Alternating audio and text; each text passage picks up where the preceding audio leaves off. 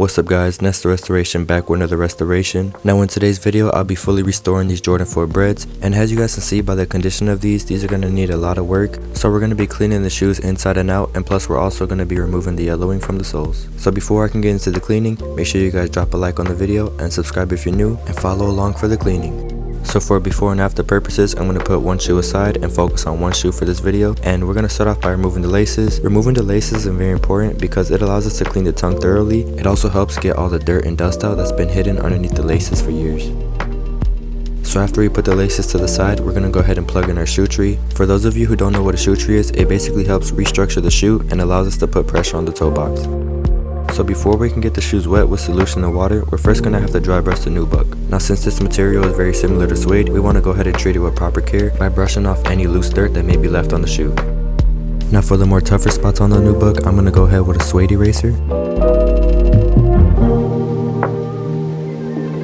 So the eraser really didn't do much, so I have a handy dandy pick right here that I'm going to use. So I'm basically just going to scrape off the stain, and I'm barely applying any pressure. I'm just letting the pick do the job for me.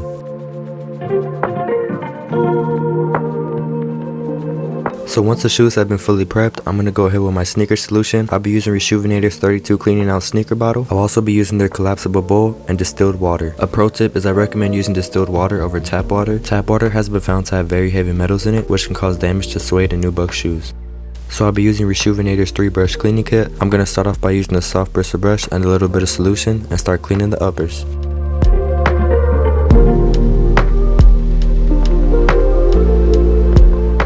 If you guys are interested in any Reshoevn8or products, I have a special discount code for you guys with the link in the description.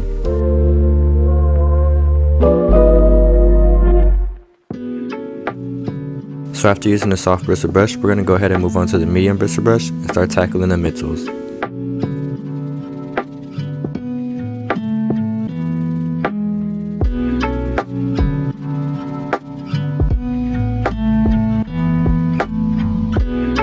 I also like to go in with the steam gun just to help flush out any leftover dirt.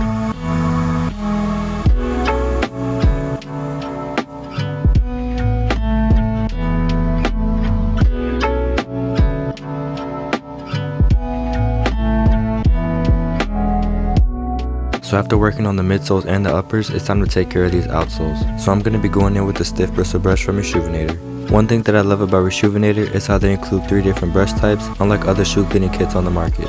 Having designated brush types are very important, especially when dealing with different materials.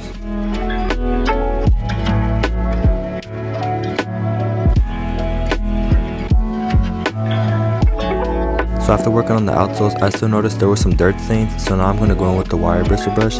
This brush is extremely stiff, but is amazing at cleaning the stitching and also getting rid of deeper stains.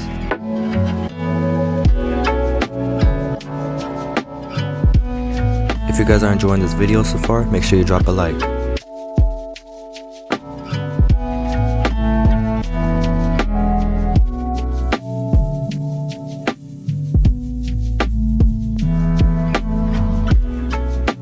So after I cleaned the outsoles, I still noticed there were some pebbles in between the crevices, so I used my handy dandy pick again and I started picking out the loose dirt and rocks.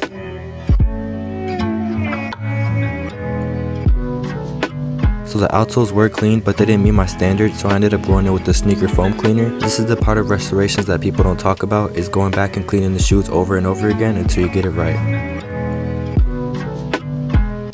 So after the shoes have been fully cleaned, I'm going to go in with the air compressor just to rinse out any leftover water solution.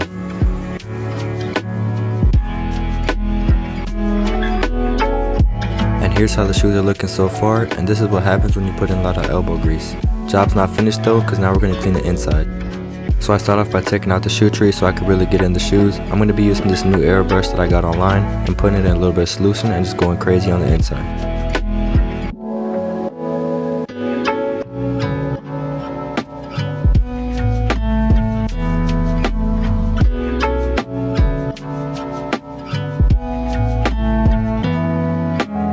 Now that the shoes have been fully cleaned inside and out, we're going to set them aside to dry, and now we're going to focus on cleaning the shoelaces. So for cleaning the shoelaces, we're going to keep it very simple by just putting them in some water and then adding a little bit of sneaker foam cleaner. So you want to go ahead and mix the solution in with your hands just to make sure you're getting out all the dirt that's inside the laces. So we're going to let the laces sit in the solution for a while, and while that's happening, we're going to go ahead and take care of the yellow outsoles. So I'm going to be using some Salon Care and placing it on the parts that are yellow, making sure I'm very careful that any doesn't drip onto the uppers.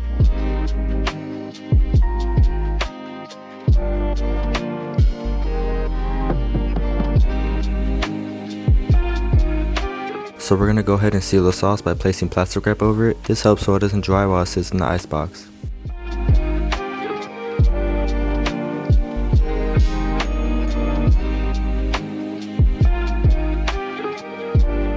So now we're going to go ahead and place the shoes in the icebox and leave them in for about 2 to 3 hours.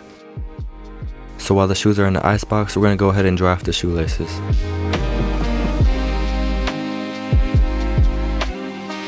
So after the 3 hours has been up, it's time to take them out the icebox.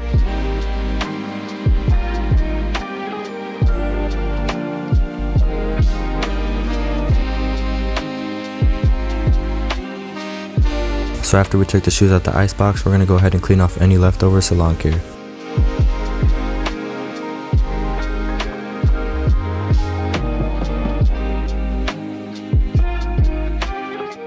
And here are the shoes side by side, and man, it's a big difference. With just one session, we were able to bring the soles back to fully gray, and there's no more yellow on them. These are looking pretty new if you ask me, even the stitching looks clean.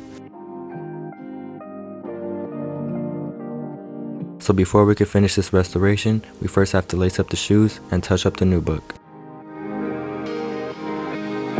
So I'm going to be using a brass bristle brush just to reset the nap on the nubuck, and I'm also going to be using some mink oil just to seal in the finish and give it that factory look.